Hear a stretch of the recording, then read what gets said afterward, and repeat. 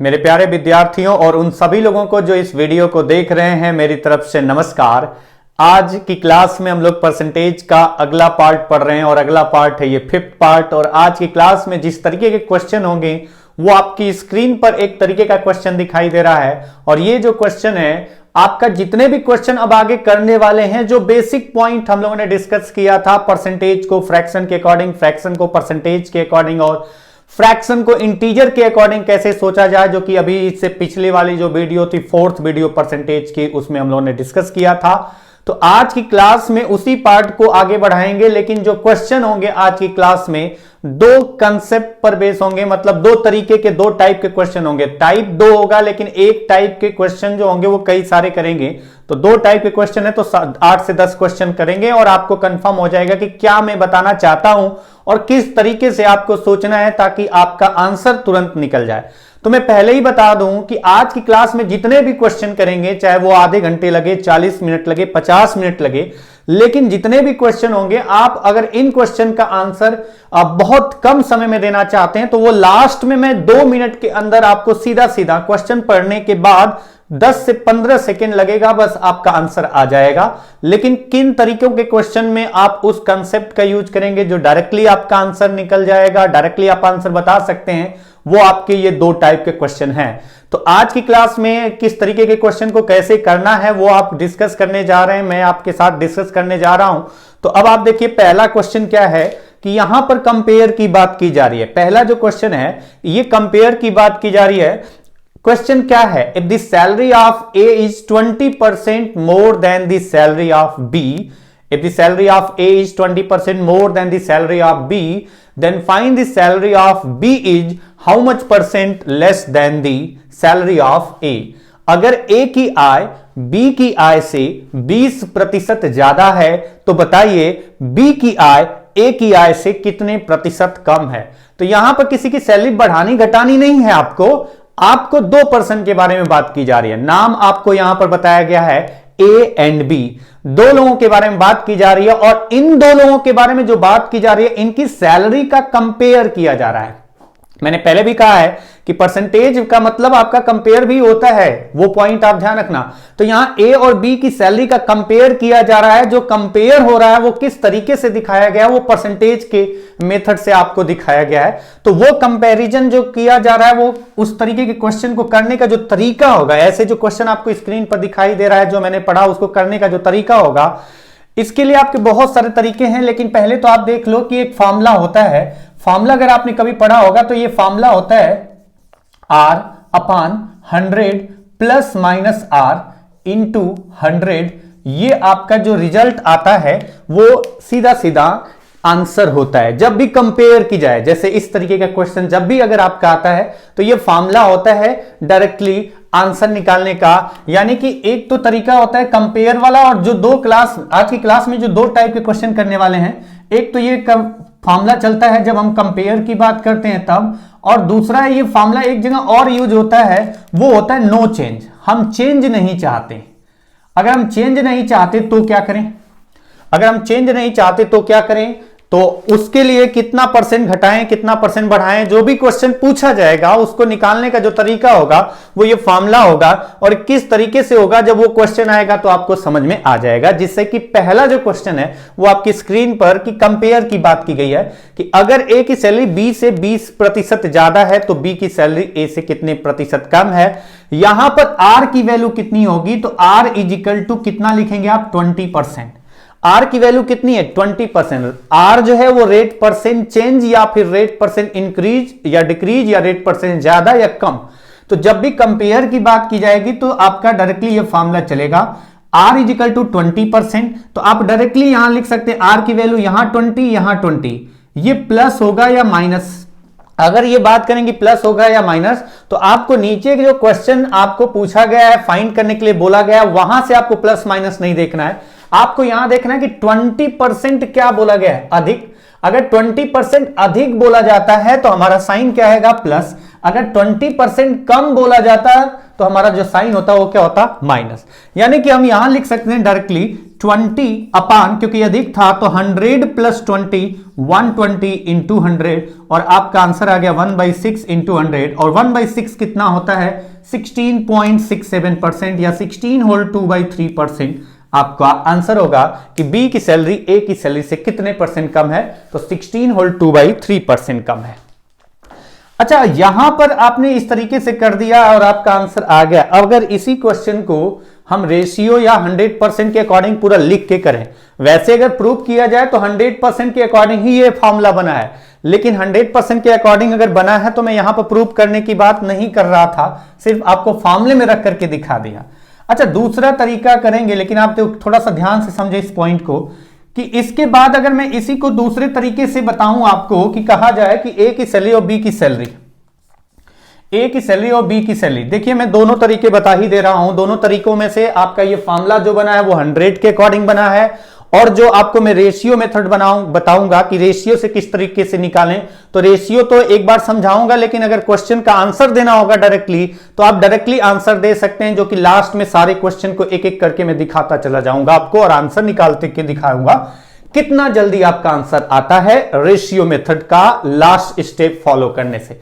लेकिन पहले बेसिक समझ लो आप, कि अगर ए की सैलरी बी की सैलरी से ज्यादा है, कितना ज्यादा है 20%, तो आपका बोला गया कि ए की सैलरी ज्यादा है, कितना ज्यादा है 20% ज्यादा है, किससे ज्यादा है बी से। अगर बी से ज्यादा है, बी से कितना ज्यादा 20% परसेंटेज है, मतलब बी की सैलरी को 100 भाग में डिवाइड करें तो 20 भाग ज्यादा है, तो यानी कितना है 120। कम होती तो 100 से 20 कम आपका 80 होता। लेकिन किससे ज्यादा है, जिससे ज्यादा या जिससे कम है उसी का परसेंटेज निकालेंगे, तो उसी को 100 लेना है आपको। तो यहां पर बोला गया कि ए की सैलरी ज्यादा है, कितना ज्यादा है 20%, किससे 20% ज्यादा है, बी से 20% ज्यादा है, यानी बी को 100 लिया, 100 से 20 ज्यादा 20 अधिक 120। अब बोला जा रहा है तो बताओ, ये तो हम पॉइंट डिस्कस कर चुके हैं सेकेंड क्लास में, परसेंटेज में कौन न्यूमरेटर में रहेगा कौन डिनोमिनेटर में। अब बोला गया कि जो बी की सैलरी है वो ए की सैलरी से कितना कम है, तो आप कहेंगे कि बी की सैलरी ए की सैलरी से कितना कम है। अगर इसके अकॉर्डिंग देखा जाए, अगर आपने इसको 100 लिया तो ये आएगा 120 120, तो कम कितना है 20। एक बी की सैलरी ए की सैलरी से कितने परसेंट कम है, तो कम कितना है 20%, इंटू 100, किससे ए से यानी 120 से। तो रिजल्ट आपका 1/6 16.67% या 16 होल 2/3%। तो ये जो आपका तरीका है ना कि 20% ज्यादा है, तो आपका जब भी चेंज होने के बाद जो होगा, अगर ए की सैलरी ज्यादा थी तो जो ज्यादा होने के बाद रिजल्ट आएगा वो यहां लिखा जाएगा। अगर ए की सैलरी बी से कम होती तो जो कम होने के बाद रिजल्ट होता वो यहां लिखा जाता, यानी माइनस का साइन आता। तो ये फार्मूला जो बनाया है ना वो 100% के अकॉर्डिंग बनाया गया है। ये फार्मूला जो बनाया गया है वो 100% के अकॉर्डिंग बनाया गया है, और हम लोगों को ये फार्मूला तो ठीक है, ये फार्मूला अच्छा भी लग रहा है, अभी तक अच्छा लग रहा है, बाद में भी अच्छा लग सकता है, लेकिन कब तक अच्छा लगेगा ये फार्मूला, तभी तक अच्छा लगेगा जब तक आपका परसेंटेज आर परसेंटेज जो आपका दिया गया है 20%, ये इंटीजर में दिखेगा। जैसे ही ये पॉइंट वाला केस आएगा इनसे रिलेट करके, तो आपका जो कैलकुलेशन होगा वो बहुत बढ़ जाएगा, फिर आपका जो अच्छा लग रहा था वो बुरा लगने लगेगा, क्योंकि कैलकुलेशन बढ़ते ही आपको भी बुरा लगता है कैलकुलेट करने में। तो अब आप देखिए इस क्वेश्चन को करने का जो दूसरा मेथड है, ये मैंने फॉर्मूले को प्रूव करके दिखा दिया कि किस तरीके से ये फॉर्मूला बना है। अच्छा, दूसरा पॉइंट आता है कि दूसरा तरीका इसका ये है रेशियो मेथड, और ये रेशियो मेथड है ना वो बड़ा सिंपल तरीका है क्वेश्चन को सॉल्व करने का। तुरंत पहला क्वेश्चन है, दोनों को मैं फॉर्मूले से प्रूव करके, मतलब इस फॉर्मूले से क्या मैं इसको प्रूव करके दिखा रहा था कि ये इस तरीके से बना है। और दूसरा रेशियो मेथड में जब आप आंसर निकालेंगे तो वो कैसे आंसर आएगा, वैसे इस क्वेश्चन का आंसर निकालना होता तो आप कहते हैं 20%। 20% को क्या लिखते हैं आप, 20% को क्या लिखते हैं आप कहेंगे कि 1/5 लिखते हैं। तो अगर 20% को 1/5 लिखते हैं तो इसका आंसर क्या होगा, जब कंपेयर करने की बात की जाए तो 1 को रहने दो ऊपर, क्योंकि 20% ज्यादा की बात की गई थी, तो 5 और 1 दोनों को जोड़ दो, आपका नीचे 6 आएगा इंटू 100, और आपका आंसर हो गया 16.67%। लेकिन ये किस तरीके से आएगा, क्यों ऐसा किया आपने, थोड़ा सा मैं उसको रेशियो बना करके दिखाना चाहता हूं, फिर आपका आंसर ये जो मैंने बताया ना, इस तरीके से सारे क्वेश्चन डायरेक्टली आप आंसर निकाल सकते हैं। लेकिन कब ये एप्लीकेबल होगा, जब भी कंपेयर करने की बात करेंगे, जब भी नो चेंज की बात करेंगे। नो चेंज क्या है वो तो बाद में आएगा, हम लोग फिलहाल कर रहे हैं कंपेयर। जैसे आप देखो, इसी पार्ट को मैं एक बार समझा दे रहा हूं। ए और बी की सैलरी में रिलेशन बोला गया, दिया गया है कि ए की सैलरी बी से 20% ज्यादा है, 20% ज्यादा है ए की सैलरी, 20% ज्यादा है मतलब कितना ज्यादा है 1/5। 1/5 ज्यादा है ए की सैलरी, किससे ज्यादा है बी से, यानी बी का 1/5 ज्यादा है, जितना भी होगा उससे उस बी का 1/5 निकालो, उससे 1/5 जो निकालने के बाद आएगा उतना बढ़ा दो, वो ए का सैलरी आएगा। यानी बी की सैलरी ज्यादा है, कितना ज्यादा है 1/5, किससे ज्यादा है बी से, यानी बी कितना हो गया 5। अगर बी को 5 लेते हैं तो 5 का 1/5 मतलब 1 ज्यादा है, तो ये कितना हो जाएगा 6, 5 है तो 6।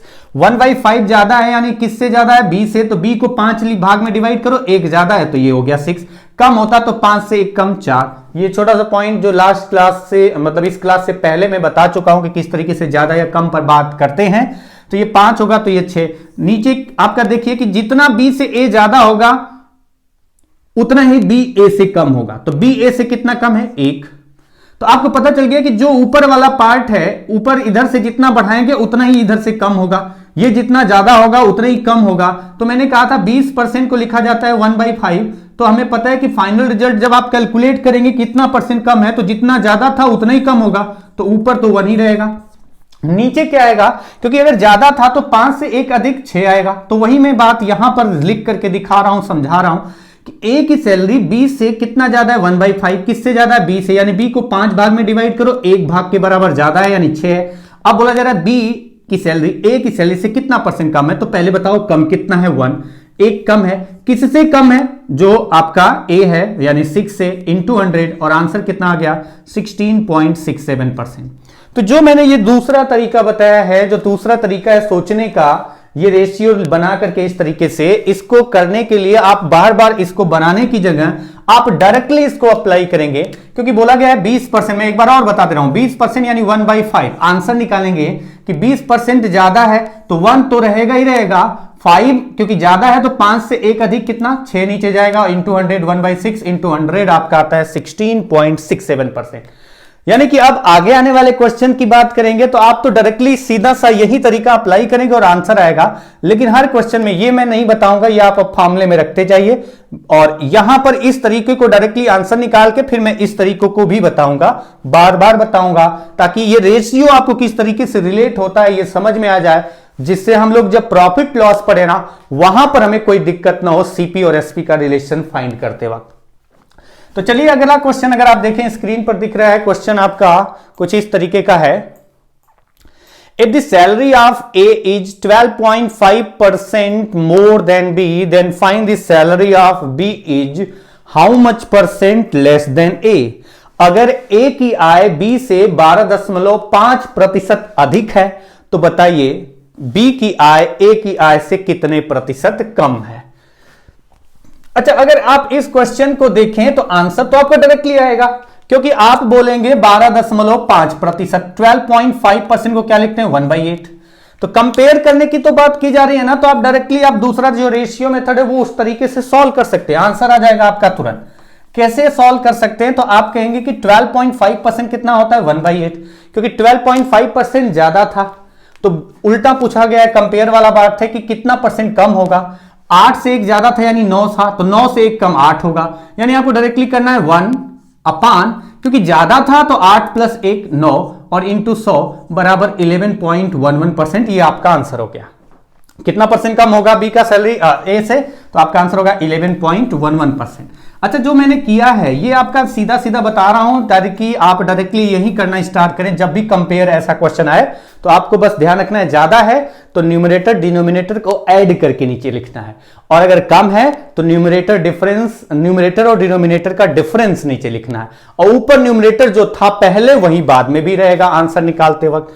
जैसे मैं इसको रेशियो जरूर बताऊंगा कि ताकि आपको समझ में आ जाए, रेशियो निकालना समझ में करना मतलब रेशियो निकालना आपको क्लियर हो जाए किस तरीके से रेशियो निकलता है। क्यों? क्योंकि प्रॉफिट लॉस में ये बहुत फायदा करेगा आपको कैलकुलेशन कम करने में। ए की सैलरी बी की सैलरी से ज्यादा है, कितना ज्यादा है 1/8, तो हम कहेंगे ए की सैलरी ज्यादा है, कितना ज्यादा है 1/8, किससे ज्यादा है बी से, यानी बी से अगर 1/8 ज्यादा है तो बी को 8 भाग में डिवाइड करो, 1 भाग अधिक है तो कितना हो जाएगा 9, यानी बी की सैलरी से 1/8 अधिक है तो बी की सैलरी को 8 पार्ट में डिवाइड करो, उसकी 1 पार्ट के बराबर ए की सैलरी ज्यादा है तो बी की सैलरी 8 होगी तो ए की सैलरी 9 होगी। अब बताइए कि बी की सैलरी ए की सैलरी से कितने परसेंट कम है, तो आप कहेंगे कि बी की सैलरी जो माना है, जो रेशियो बना है, उसके अकॉर्डिंग कितना कम है, 1। बी की सैलरी ए की सैलरी से इस रेशियो के अकॉर्डिंग कितना कम है, 1। किससे कम है, ए से यानी 9 से। परसेंटेज चाहिए इंटू 100 और आंसर आ गया 11.11%। तो मैं इसको बताऊंगा जरूर, लेकिन डायरेक्टली आंसर निकाल के दिखाऊंगा भी आपको। नेक्स्ट क्वेश्चन पर आप आ जाइए। बहुत छोटे क्वेश्चन है, अगर आप ध्यान से समझ लेना तो ये क्वेश्चन देखते ही आपका सॉल्यूशन निकल के आ जाता है। जैसे बोला गया, if the salary of A is 14.28% less than the salary of B, then find the salary of B is how much percent more than the salary of A। अगर A की आय B की आय से 14.28% कम है, तो बताइए B की आय A की आय से कितने प्रतिशत ज्यादा है। अच्छा, अब आप देखिए यहां पर आंसर निकालना होता तो आप सीधा तरीका क्या अप्लाई करेंगे, जो मैं बता रहा हूं अभी तक, डायरेक्टली करते हैं। फॉर्मूले में आप रखिए, यहां पर देखिए कितना मजा आएगा आपको कैलकुलेट करने में। तो आपको फॉर्मूले में बार बार रखने से फायदा तभी मिलेगा, फॉर्मूले से आप जाएंगे तो फायदा तभी मिलेगा जब परसेंटेज इंटीजर में हो, क्योंकि ये फॉर्मूला 100% के अकॉर्डिंग बना हुआ है, और 100% के अकॉर्डिंग अगर सोचे तो जब इंटीजर वैल्यू कैलकुलेट करनी होगी तब ज्यादा बेहतर होता है। अदरवाइज आपका रेशियो मेथड सबसे सुटेबल है। 14.28% अगर आप देखें तो 14.28% कितना होता है, तो आप कह सकते हैं, ये परसेंटेज का साइन मैं लगा देता हूं, 14.28% कितना होता है, 1/7। तो यहां पर अगर 14.28% की बात की जा रही है, इसको दूसरे तरीके से भी आपका क्वेश्चन में लिखा हुआ मिल जाएगा, और लिखा हुआ क्या मिलेगा, 14 होल 2/7%। तो दोनों में से जो भी आपका फॉर्मेट लिखा हुआ है आप समझ जाइए कि नहीं, वो 1/7 की बात की जा रही है। तो 14.28% यानी 14.28% का मतलब हुआ 1/7। 14.28% का मतलब हुआ 1/7। अब यहां पर आंसर डायरेक्टली कंपेयर की बात की जा रही है, तो हम डायरेक्टली आंसर निकाल सकते हैं। 1 तो सीधा सीधा रहने देंगे हम, क्योंकि 14.28% क्या बोला गया है, कम की बात की गई है। 14.28% क्या है, कम है B से, यानी 1/7 कम की बात की गई है, मतलब हम सीधा सीधा आंसर निकालेंगे तो 1 तो रहेगा वैसे ही वैसे, ये सेम टू सेम रहेगा, क्योंकि कम की बात की गई है। तो 7 - 1 6 इंटू 100 और आंसर आ गया 16.67%। 16.67% सीधा आंसर आपका निकल के आ जाता है। और इसको मैं यहां पर लिख करके दिखा दे रहा हूं कि ये क्यों हुआ, उसका रीजन यहां से बनता है। बोला गया कि A की सैलरी B की सैलरी से कम है, कितना कम है, 1/7। 14.28% का मतलब है 1/7। अगर A की सैलरी B की सैलरी से 1/7 कम है, तो आप सीधा से कहेंगे, देखिए मैं बोल रहा हूं उसको समझिए, A की सैलरी क्या है, कम है, कितना कम है, 1/7। किससे कम है, B से, यानी B से 1/7 कम है, तो B की सैलरी को 7 पार्ट में डिवाइड करो, उस 7 पार्ट में से एक पार्ट के बराबर A की सैलरी कम है B से, यानी कितना हो जाएगा, 7 से 1 कम 6। 7 से 1 कम करें, 1 लेस की बात करते हैं तो 6 होगा। अब बोला जा रहा है, तो बताइए B की सैलरी A की सैलरी से कितना परसेंट ज्यादा है, तो B की सैलरी 7, A की सैलरी 6, कितना ज्यादा है, A किससे ज्यादा है, A से, यानी 6 से कितना परसेंट, इंटू 100, आंसर 16.67%। और तरीका क्या होगा डायरेक्टली करने का, वो मैंने यहां पर दिखाया है। ये अभी आपको याद रहेगा तो आप डायरेक्टली आंसर पे चले जाते हैं और आपका आंसर तुरंत निकल के आता है। जैसे अगर आप नेक्स्ट क्वेश्चन पर चलें, ध्यान बस इतना रखना कि जिसका परसेंटेज निकालना है उसी को 100% मानते हैं, या जिसका परसेंटेज निकालना है फ्रैक्शन के अकॉर्डिंग सोचते हैं, जिसका फ्रैक्शन निकालना है उसी को डिनोमिनेटर मानते हैं। ये क्वेश्चन है 28.56। अगर A की सैलरी, जो A की आय है, अगर A की आय B की आय से, यही तो बोला गया, if the salary of A is 28.56% less than the salary of B, then find the salary of B is how much percent more than the salary of A। यानी अगर A की आय B की आय से 28.56% कम है, तो बताइए B की आय A की आय से कितने प्रतिशत अधिक है। अब देखिए इस क्वेश्चन का भी आंसर तुरंत आ जाएगा। थोड़ा सा अगर आप परसेंटेज का जो टेबल है ना उसको रिलेट करना समझ जाएं कि किस तरीके से रिलेट करना है ना, तो आपका आंसर आने में टाइम नहीं लगता। 14.28 का डबल होता है 28.56। आपके दिमाग में ये क्लिक करना स्टार्ट कर देगा, लेकिन उसके लिए आपको प्रैक्टिस करना होगा। बिना प्रैक्टिस किए आपका कुछ ज्यादा अच्छा नहीं हो सकता। तो 14.28% का डबल होता है 28.56, यानी हम लिख सकते हैं 28.56% की बात की गई है, मतलब कितना है ये 2/7। तो आपको मैं बार बार बता रहा हूं कि आपको न्यूमरेटर को डायरेक्टली लिखना है, ना कि न्यूमरेटर को 1 मान के हमेशा चलना है। तो अगर जब कंपेयर की बात फिर से की गई है तो न्यूमरेटर को डायरेक्टली लिख दो आप 2, क्योंकि आपका नीचे 7 है और ये 28.56% कम की बात की गई थी, 28.56% लेस की बात की गई थी, कम की बात की गई थी, 2/7 आपका कम की बात की गई थी। तो ये तो डायरेक्टली 2 लिखना है, और कम की बात है तो 7 और 2 का डिफरेंस कितना हुआ 5 × 100 और आपका आंसर हो गया 40%। अब जो मैंने ये किया है ना उसी को रेशियो लिख करके दिखा रहा हूं किस तरीके से आपका इसका रिजल्ट ये जो आएगा वो किस तरीके से आप डायरेक्टली कर रहे हैं, उसका बेसिक क्या है। ये है बेसिक क्या है कि ए की सैलरी बी की सैलरी से कम है 2/7। देखिए मैं बोल रहा हूं समझना, ए की सैलरी कम है, कितना कम है 2/7, किससे कम है बी से, यानी बी का 2/7 निकालेंगे जितना आएगा उतना ए का सैलरी कम है। तो ए की सैलरी 2/7 कम है, किससे कम है बी से, यानी बी की सैलरी को कितने भाग में डिवाइड करेंगे 7, और उससे 2 कम है तो ये कितना है 5। 2/7 यानी 2/7 कम का मतलब 7 से 2 कम 5। अगर 2/7 अधिक बोला जाता तो 7 से 2 अधिक 9, 7 + 2 9। कम की बात की गई, लेस की बात की गई तो 7 - 2 5। अब बोला गया है तो बताओ बी की सैलरी ए की सैलरी से कितना % ज्यादा है। तो बताइए बी की सैलरी ए की सैलरी से कितना ज्यादा है, रेशियो के अकॉर्डिंग 2, और किससे ज्यादा है ए से, यानी 5 से। परसेंटेज चाहिए × 100 और आंसर हो गया कितना 40%।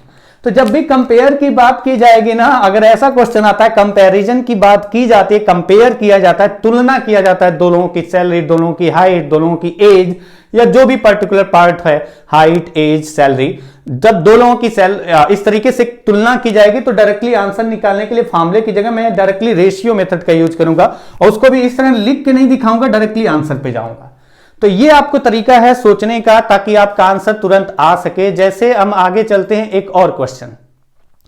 अच्छा, अगर इस क्वेश्चन की बात करें, ये तो कंपेयर की बात की गई थी, कंपेयर में आपका ये फॉर्मूला चलेगा। इसके अलावा ये जो क्वेश्चन आपको स्क्रीन पर दिख रहा है ना, इसमें कंपेयर की जगह कुछ और बात की गई है, और ये बात क्या की गई है, जो दूसरा पार्ट मैंने लिखा है क्या, नो चेंज। नो चेंज जो लिखा है ना उस पार्ट पर ये आपका क्वेश्चन दिख रहा है कि हम नहीं चाहते कि खर्चे में चेंज हो। If the price of petrol is increased by 25%, by how much % a car owner must reduce his consumption in order to maintain the same budget? In order to maintain the same budget, यानी अगर petrol का दाम 25% बढ़ जाए तो ये car का जो मालिक है वो अपना जो पेट्रोल की खपत कितना % कम कर दे, जिससे उसका पेट्रोल पर जो खर्चा है उसमें सेम बजट रहे, मतलब पेट्रोल के खर्चे में कोई परिवर्तन ना हो। मतलब अगर वो हर महीने 5,000 का पेट्रोल यूज करता था कार में, तो अब भी 5,000 रुपए का ही पेट्रोल यूज करेगा। और ये कंडीशन है कि रेट बढ़ा है, तो हमें पता चल गया कि 5,000 रुपए का ही अगर पेट्रोल अगर वो यूज करेगा और रेट बढ़ गया पेट्रोल का, इसका मतलब वो पेट्रोल कम यूज करेगा। तो यही पॉइंट है कि अगर रेट 25% बढ़ जाए तो आपको यहां पर क्वांटिटी पेट्रोल की कितना % घटाना होगा, जिससे आपको क्वेश्चन बोला गया जिससे कोई चेंज ना हो उसके खर्चे में। तो यहां पर भी बात की गई है कंपेयर की नहीं, यहां पर जो बात की जा रही है, हम क्या बात कर रहे हैं, नो चेंज, हम चेंज नहीं चाहते। तो ये फार्मूला तो चलेगा ही चलेगा। अगर फार्मूले के अकॉर्डिंग चलें, मतलब 100 के अकॉर्डिंग चलें, तो आप डायरेक्टली इस फार्मूले को यूज करके बता सकते हैं, लेकिन आप थोड़ा सा इसको समझ लो अच्छे से, ताकि इस पर 2 3 4 क्वेश्चन जो करने वाले हैं उसको करते वक्त आपको कोई दिक्कत ना हो कि अगर एक पार्ट बढ़ता है तो दूसरा पार्ट घटाना पड़ेगा सेम बजट रखने के लिए। अगर रेक्टेंगल है उसकी लेंथ को बढ़ा दिया तो ब्रेड्थ को कम कर दो, इतना कम करो कि वो मेंटेन रहे। अगर ऐसे ही कुछ क्वेश्चन अगर और आपके आते हैं जो कि इस तरीके के क्वेश्चन हो जहां पर नो चेंज की बात की जाए, तो आप ये तरीका, ये फार्मूला यूज कर सकते हैं। और ये फार्मूला यूज करने की जगह, फार्मूला तो 100 के अकॉर्डिंग बना है और रेशियो के अकॉर्डिंग आंसर डायरेक्टली आपका आएगा। तो मैं थोड़ा सा इस पर फिर से डिस्कस करूंगा, टाइम आपका लगाऊंगा यहां पर, टाइम आपका लूंगा यहां पर, और किस तरीके से। तो आप समझिए इस पॉइंट को, कोई एक रिजल्ट मैंने लिखा, 4-5 पॉइंट में लिख रहा हूं, उसके बाद उसमें से 1-2 पॉइंट समझा दूंगा कि कोई रिजल्ट आपका जो लिखा गया है वो रिजल्ट है, वो मल्टीप्लाई करने पर मिलता है, प्लस नहीं मल्टीप्लाई। जो क्वेश्चन बनता है हमेशा मल्टीप्लाई के केस में बनता है, प्लस का केस होगा तो वहां आपका आंसर नहीं निकाला जाएगा। तो वो जब प्लस का केस ऐसा कुछ क्वेश्चन मिलेगा तो मैं बता दूंगा, बट ऐसा क्वेश्चन पूछा नहीं गया आपके एग्जाम। तो सिंपल लॉजिक है कि कोई रिजल्ट, अगर कोई रिजल्ट है, अगर 2 या 2 से अधिक वैल्यू जो दी गई हैं, अलग अलग वेरिएबल्स हैं, उनके प्रोडक्ट, उनका प्रोडक्ट है आपका रिजल्ट, यानी a इंटू बी या a into B into C या a into B into C into D, इस तरीके से मल्टीप्लाई करें बहुत सारे वेरिएबल्स का, तो जो एक रिजल्ट आता है, इस रिजल्ट में हम अगर बात करें नो चेंज की, तो ये पार्ट है, इस यहां पर जो डिस्कस हो रहा है ये पार्ट डिस्कस हो रहा है। जैसे हमारा खर्चा जो है डिपेंड करता है, किस बात पे डिपेंड करता है? बात पे नहीं डिपेंड करता है। तो किस चीज पर हमारा खर्चा है यहां पर हमें पहले देखना पड़ेगा। जैसे मैं कहता हूं कि मेरा खाने पर, चावल पे खर्चा है या चाय पे खर्चा है, तो चाय पे खर्चे की बात करेंगे तो चाय कितना पीते हैं आप, अगर दुकान पे जाके पीते हैं चाय और आप कहेंगे चाय पर आपका खर्चा कितना है, तो चाय की दुकान पर जितना चाय अधिक पिएंगे उतना अधिक खर्चा होगा, जितना कम चाय पिएंगे उतना कम खर्चा होगा। और इसके अलावा चाय का रेट भी डिसाइड होना चाहिए। चाय वाले ने रेट बढ़ा दिया तो आप उतना ही चाय पियो, लेकिन आपको ज्यादा पे करना पड़ जाएगा। और अगर आप उतना ही चाय पीते हैं लेकिन चाय वाले ने रेट घटा दिया तो आपका खर्चा कम हो जाएगा। तो आपका खर्चा जो डिपेंड करता है, 2 पार्ट पे डिपेंड करता है कि क्या रेट है और उस रेट पर कितना क्वांटिटी आप यूज कर रहे हैं। जैसे चावल आपके घर में आता है, हर महीने चावल आपका 10 किलोग्राम आता है, और 10 किलोग्राम चावल आता है तो उसका कुछ खर्चा होगा। मान लेते हैं 1 किलोग्राम 100 रुपए का आता है, तो 10 किलोग्राम कितना का हुआ, तो 10 किलोग्राम 1000 रुपए का हुआ। 10 केजी कितने का होगा, 1000 रुपए का होगा। एक सिंपल एग्जांपल, अगर मैं कहता हूं आपका 10 किलोग्राम आता है 100 रुपए 1000 रुपए का, यानी 1 किलोग्राम कितने का हुआ, तो 1 किलोग्राम का रेट है आपका 100 रुपए। एक एग्जांपल लेकर के दिखा रहा हूं। अगर ये जो क्वांटिटी है आप उतना ही रखो, या फिर एक काम करते हैं, मैं कहता हूं खर्चा मैं उतना ही रखना चाहता हूं।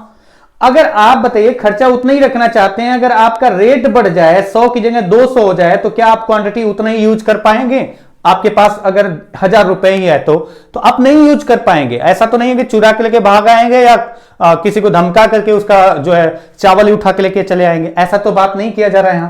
तो 1000 रुपए आपके पास है, आपको 1000 रुपए ही खर्च करना है। आप दुकान पर जाते हैं, दुकानदार को 1000 रुपए देते हैं, 100 के रेट पर वो 10 किलोग्राम चावल देता है। लेकिन चावल का रेट अगर बढ़ गया, 200 रुपए किलोग्राम हो गया, और आप 1000 रुपए देंगे, तो वो 10 किलोग्राम की जगह कितना देगा, तो आपको पता चल गया कि वो कम देगा। ये तो पता है, रेट बढ़ गया, खर्चा उतना ही है तो वो कम देगा।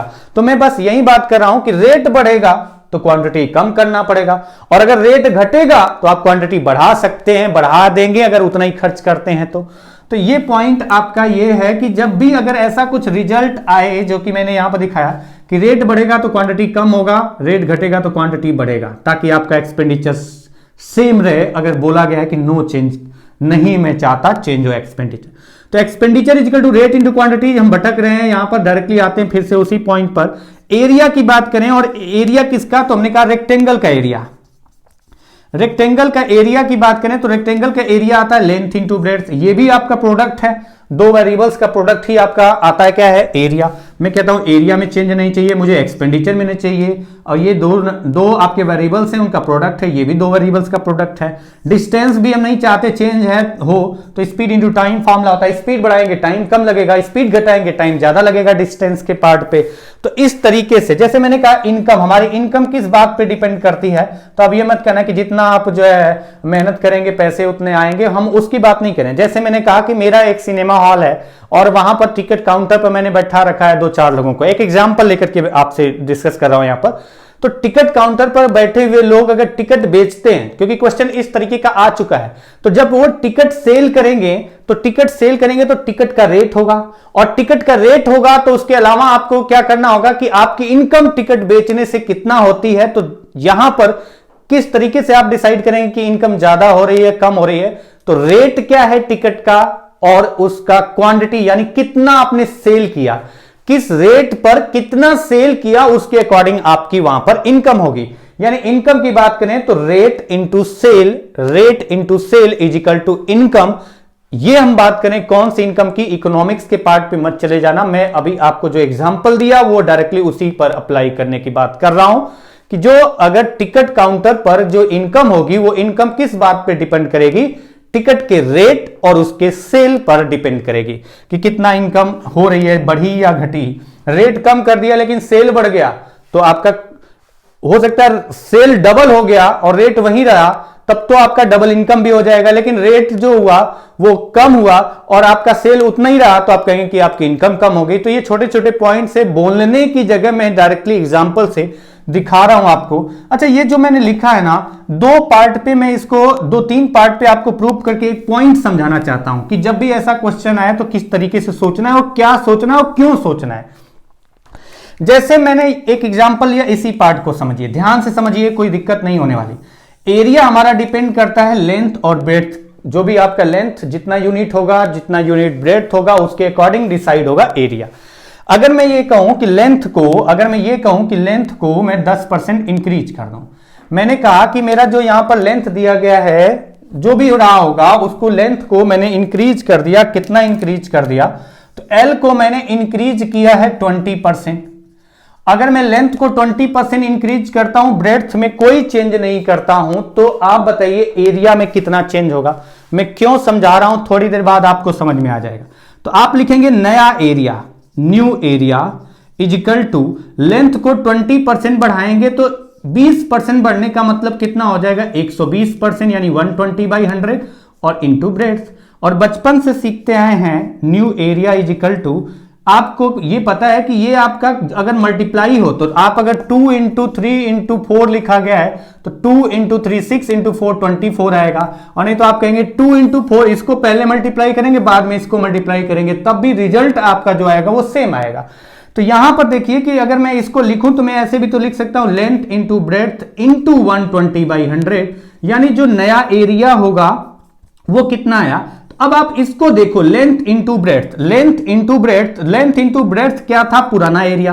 तो मैं इसको लिख सकता हूं एरिया पुराना वाला जो था 120/100, यानी हम कह सकते हैं कि लेंथ को अगर 20% इंक्रीज किया जाएगा तो जो नया एरिया होगा वो पुराना एरिया से बढ़ के 20% ज्यादा हो जाएगा।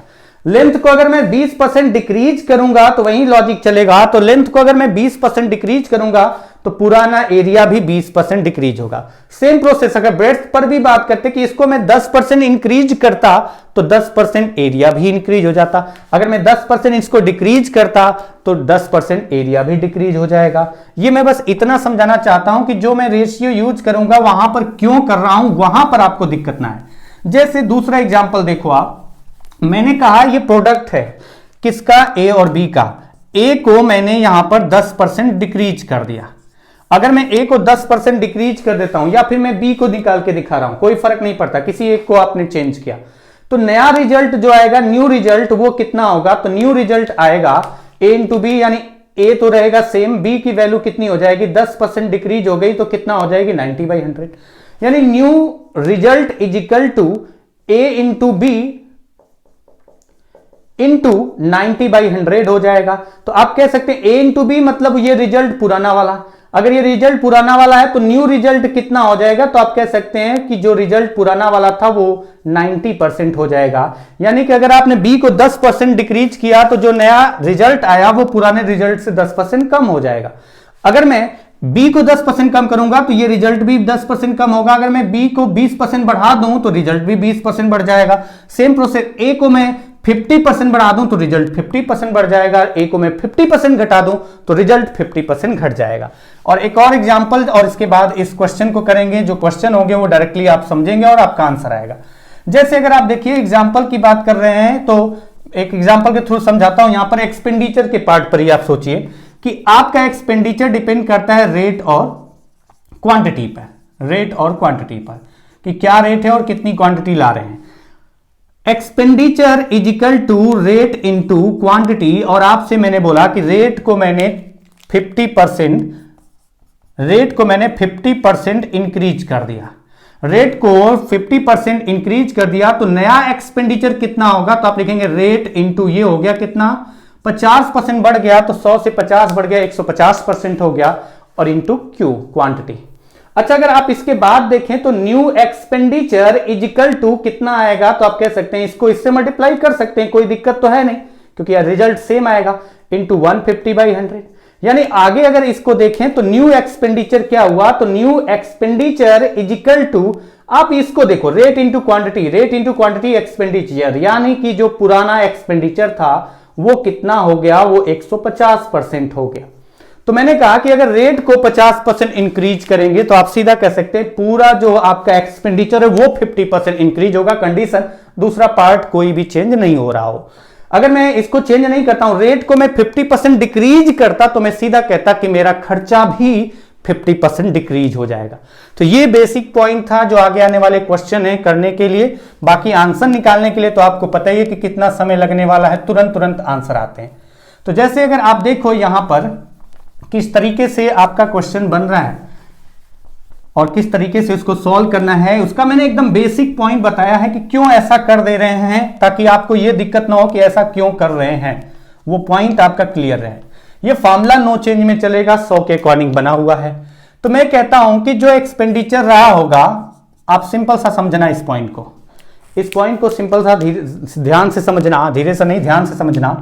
एक्सपेंडिचर जो रहा होगा, अगर रेट यहां पर the price of petrol is increased by 20%, अगर रेट बढ़ रहा है 25%, अगर रेट 25% बढ़ा है तो मैं कह सकता हूं डायरेक्टली कि रेट 25% बढ़ेगा तो हमारा जो खर्चा है ना वो भी 25% बढ़ेगा, यानी एक्सपेंडिचर भी 25% बढ़ेगा।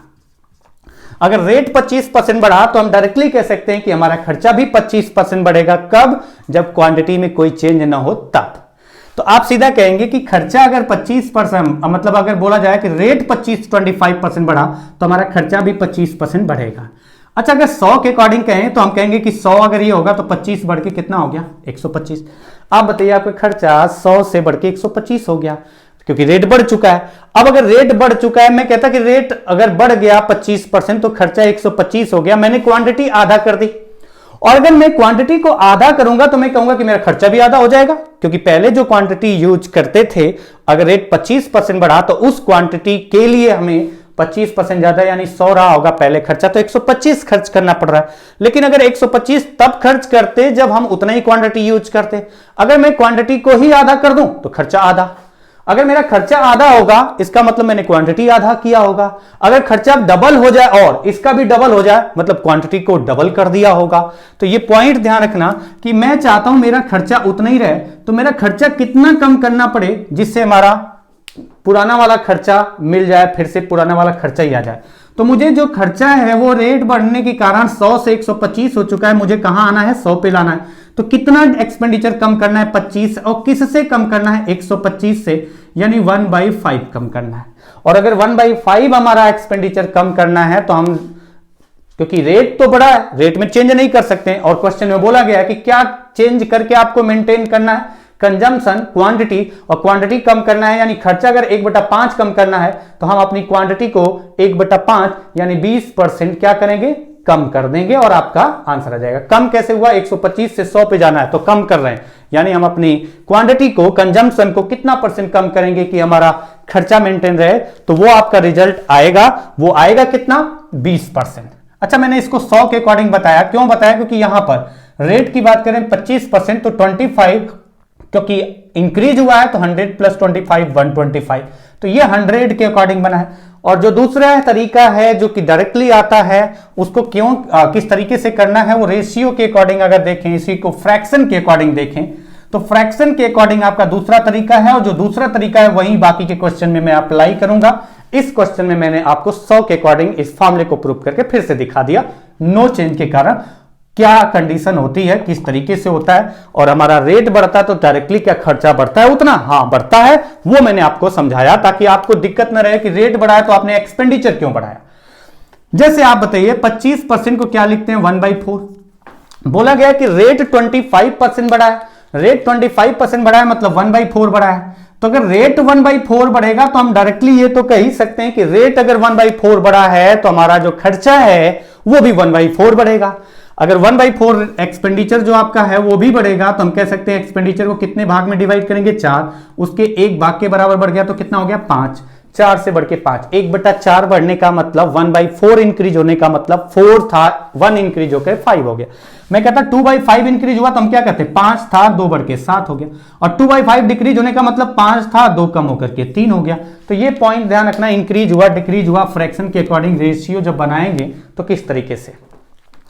अब बोला जा रहा है कि हम चाहते हैं कि हमारा खर्चा सेम रहे, तो अगर हमारा खर्चा सेम रहे करना चाहते हैं, रेट की वजह से 4 से 5 हो चुका है तो 5 से 4 पे लाना है, तो 1 कम करना है खर्चा किससे, जो 5 हो चुका है उससे। तो अगर आपको खर्चा 1/5 भाग कम करना है तो सीधा सीधा क्वांटिटी को 1/5 कम कर दो, चाहो तो रेट को भी कम कर सकते हैं, लेकिन क्वेश्चन में अगर बोला जा रहा है कि आपको क्वांटिटी कम करके करना है तो 1/5 इंटू 100, जो 20% क्वांटिटी कम करना है, मतलब आपको 20% अगर खर्चा कम करना है तो सीधा सीधा 20% क्वांटिटी कम कर दो।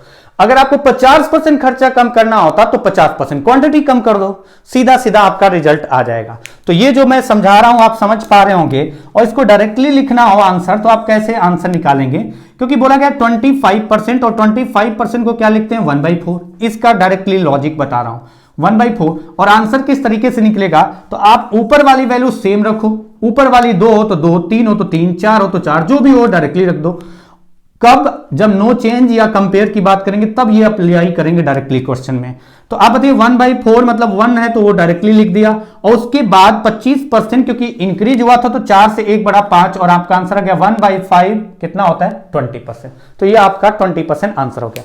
अब जो क्वेश्चन होने वाले हैं आगे के, मैं एक क्वेश्चन में टाइम लेता हूं आपका, और उसमें मैं दोनों तरीके बताया हूं यहां पर, एक 100% के अकॉर्डिंग और एक फ्रैक्शन के अकॉर्डिंग, ताकि आपको छोटा छोटा पॉइंट जो दिक्कत होती है वो दिक्कत न रहे।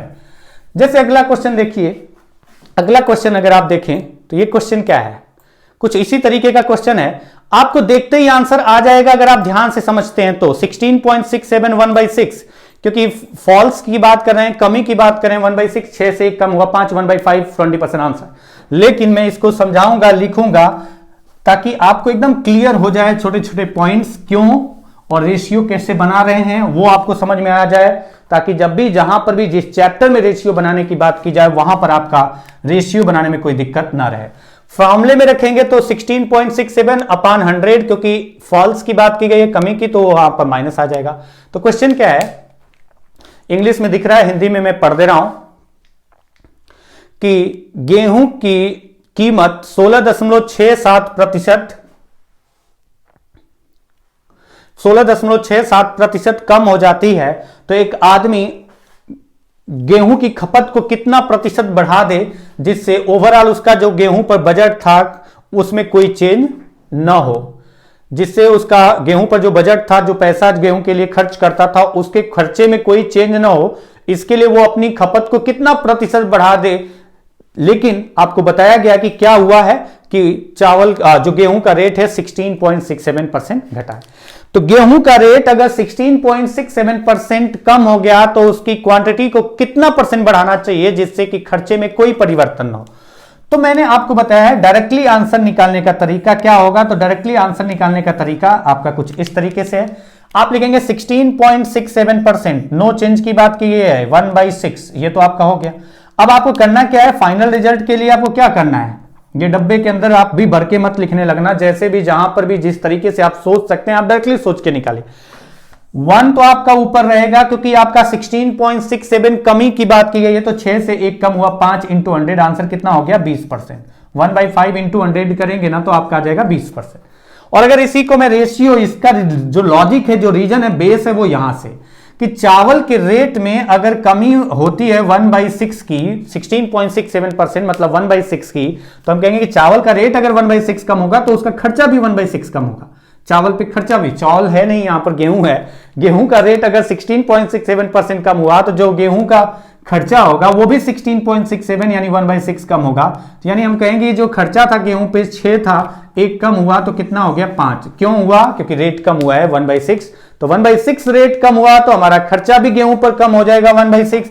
1/6 खर्चा कम होना यानी खर्चे को 6 भाग में डिवाइड करें तो 1 भाग के बराबर कम हो गया, तो कितना गया 5। अब बताना यह है कि आप बताइए आप चाहते हो खर्चा उतना ही हो, तो आपको खर्चा उतना ही रखना है, तो फिर से खर्चे को बढ़ा के कहां लाना है 6 पे, 5 से 6 पे लाना है। रेट की वजह से 6 से 5 हो गया, कितना बढ़ाएंगे 1, किससे बढ़ाएंगे जो हो चुका था 5 से, इंटू 100 यानी कितना परसेंट? 20%। तो खर्चे को बाद में जो हो चुका था उसे 20% आपको बढ़ाना है, तब जाके फिर से वहीं पर मेंटेन हो पाएगा, उतना ही खर्चा हो पाएगा। तो खर्चे को 20% बढ़ाना है तो किस तरीके से? या तो आप रेट को 20% बढ़ा दो या उसका क्वांटिटी को 20% बढ़ा दो। लेकिन क्वेश्चन में बोला गया क्वांटिटी को बढ़ा करके आपको करना है, तो आपका आंसर होगा क्वांटिटी को कितना परसेंट बढ़ाना चाहिए? तो आंसर आ गया 20% बढ़ाना पड़ेगा खर्चा, बजट जो है गेहूं पर जितना था पहले उतना ही मेंटेन करने के लिए। अगले क्वेश्चन पे चलते हैं। अगला क्वेश्चन है कुछ ऐसा है, यह भी वही तरीका है, समझें अगर ध्यान से। रेट और क्वांटिटी ये तो था एक्सपेंडिचर। अब बात की जा रही है एरिया से रिलेट करके पूछा गया है क्वेश्चन, और एरिया से रिलेट करके पूछा गया है क्वेश्चन में तो क्या बोला गया है? If the length of a rectangle is increased by 11.11%, then how much percent its breadth should be decreased so that area remains the same. किसी आयत की लंबाई को 11.11% बढ़ा दिया जाता है तो उसकी चौड़ाई को कितने प्रतिशत कम कर दिया जाना चाहिए जिससे क्षेत्रफल में कोई परिवर्तन ना हो? अच्छा, अगर हम बात करें यहां पर एरिया, तो एरिया निकालने का फॉर्मूला क्या होता है? Length into breadth. आपसे बोला गया कि अगर बढ़ाया गया, इंक्रीज किया गया लेंथ को कितना इंक्रीज किया गया? 11.11%। लेंथ को 11.11% इंक्रीज किया गया है। अगर लेंथ को 11.11% इंक्रीज किया गया है, ऐसे कुछ प्लस से साइन से दिखा देता हूं। लेंथ को 11.11% इंक्रीज किया गया तो मैं कहूंगा कि एरिया भी 11.11% इंक्रीज होगा। तो आप ऐसे कुछ लिखेंगे। आंसर निकालने के लिए आपको क्या करना होगा? 11.11% इज इक्वल टू 1/9 होता है। आप चेक कर सकते हैं, अगर आपको धीरे धीरे याद हो जाएगा तो कोई दिक्कत है नहीं। 11.11% 1/9, तो आपका आंसर क्या होगा? तो आप कहेंगे 1 तो है, लिख दिया, और नीचे क्योंकि बढ़ाया गया था 1/9, आपका रेक्टेंगल का लेंथ बढ़ा था तो 9 से 1 बढ़ गया 10 और इंटू 100 किया तो आंसर कितना आ गया? 10%। और इसका बेसिक अगर आप समझें तो कुछ ऐसे कि एरिया, अगर आप लेंथ को 11.11% यानी कि लेंथ को आप कितना बढ़ा रहे हैं फ्रैक्शन के अकॉर्डिंग? 1/9।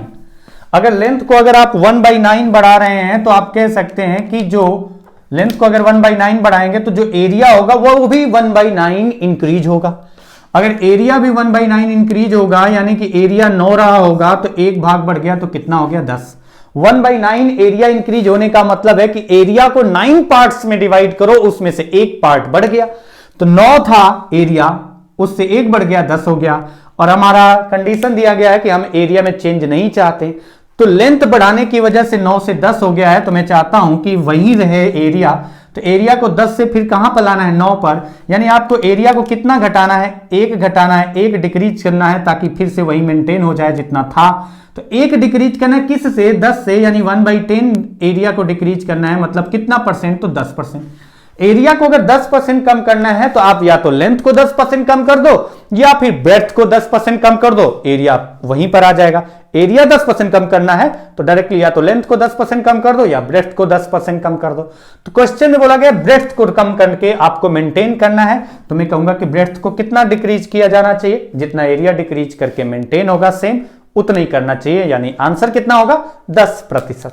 तो ये छोटे छोटे पॉइंट हैं, अगर ध्यान से समझेंगे ना तो डायरेक्टली आंसर निकाल सकते हैं ये सब लिखने की जगह। जैसे आप ये क्वेश्चन देखो, इस क्वेश्चन में बोला गया है कि इफ दी, देखिए फार्मूला है, आप रखते रहिए फार्मूले में, वो आपकी जिम्मेदारी है, निभाएंगे। क्योंकि इंक्रीज या मोर की बात की जाएगी तो प्लस आएगा, डिक्रीज या लेस की बात की जाएगी तो माइनस आएगा। और मैं यहां पर इसलिए मैं इस फार्मूले को यूज कर नहीं रहा हूं क्योंकि जब भी पॉइंट का केस आएगा ये कैलकुलेशन को बढ़ा देगा। तो रेशियो के अकॉर्डिंग मैं आपको बता रहा हूं, और लास्ट डायरेक्टली स्टेप क्या होगा आंसर निकालने का, वो आप डायरेक्टली स्टेप तो मैं आपको एक ही बार में बता दे रहा हूं। इस क्वेश्चन में देखिए, if the length of a rectangle is in decreased bye 20%, if the length of a rectangle is decreased by 20%, then how much percent its breadth should be increased so that area remains the same।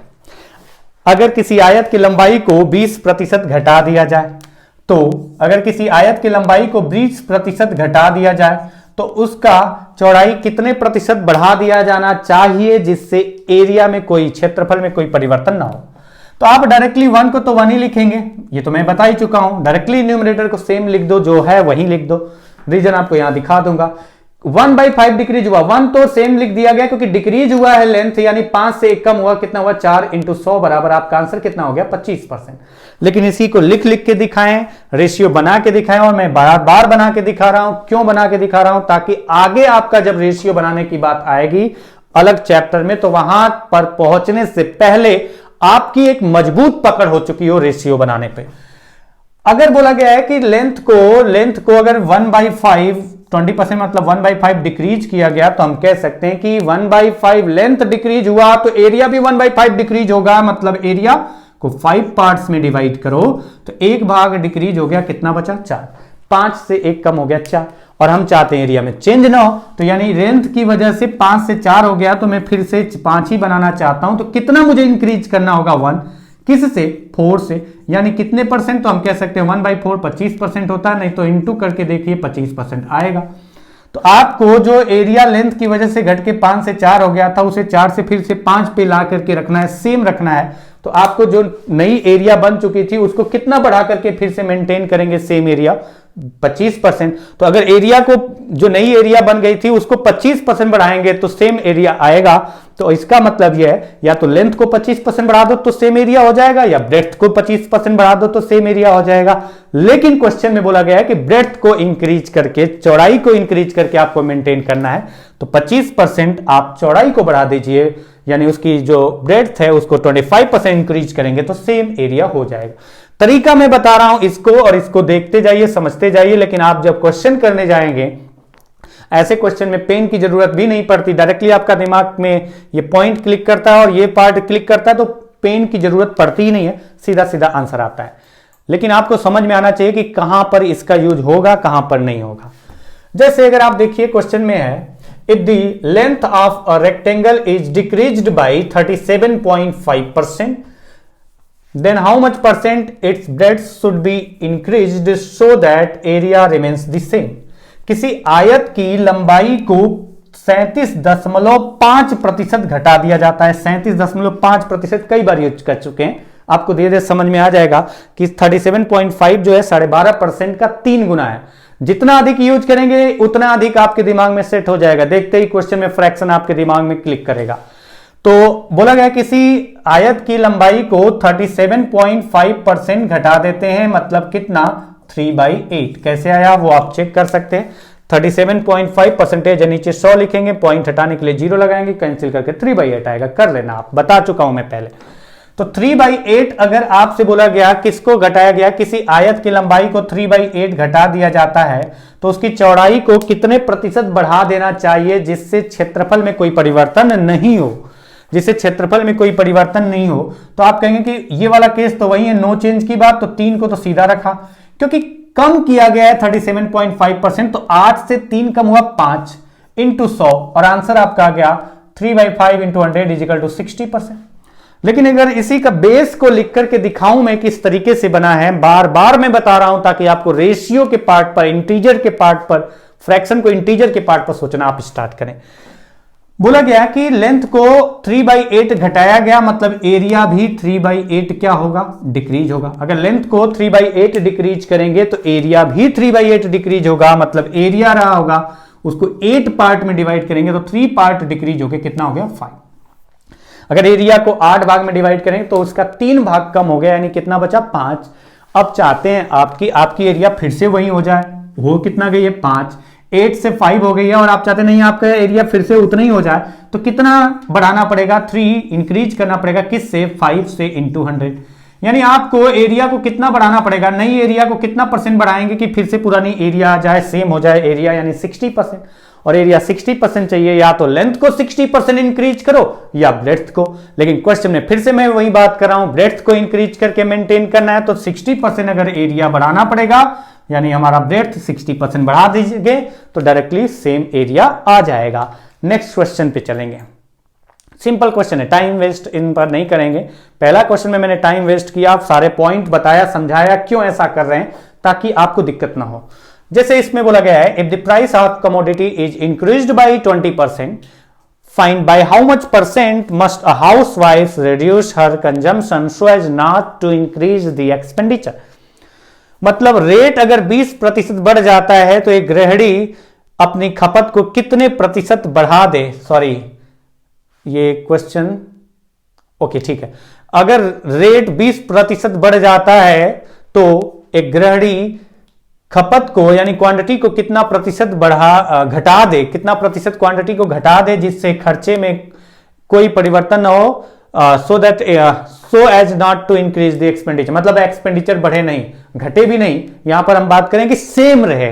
ध्यान रखना, ये मत कहना कि बढ़े नहीं तो मतलब घटा तो सकते हैं ना, हम बात कर रहे हैं, हो सकता है क्वेश्चन की लैंग्वेज गलत लिख दी गई हो, लेकिन बोला गया रेट बढ़ गया तो कंजम्पशन को कितना घटाना चाहिए जिससे खर्चे में कोई परिवर्तन ना हो। ये खर्चे वाला क्वेश्चन जो अभी किया था वहीं आ गया। तो उस तरीके से अगर आप देखिए तो 20% का मतलब होता है 20% को फ्रैक्शन में क्या लिखते हैं, 20% को फ्रैक्शन में लिखते हैं 1/5।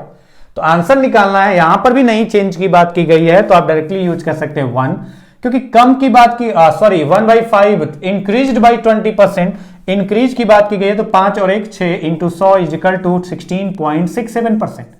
लेकिन अगर मैं इसी को रेशियो बना करके दिखाऊं तो किस तरीके से हो रहा है, तो मैं वही बात कर रहा हूं 20% मतलब 1/5 इंक्रीज हुआ है।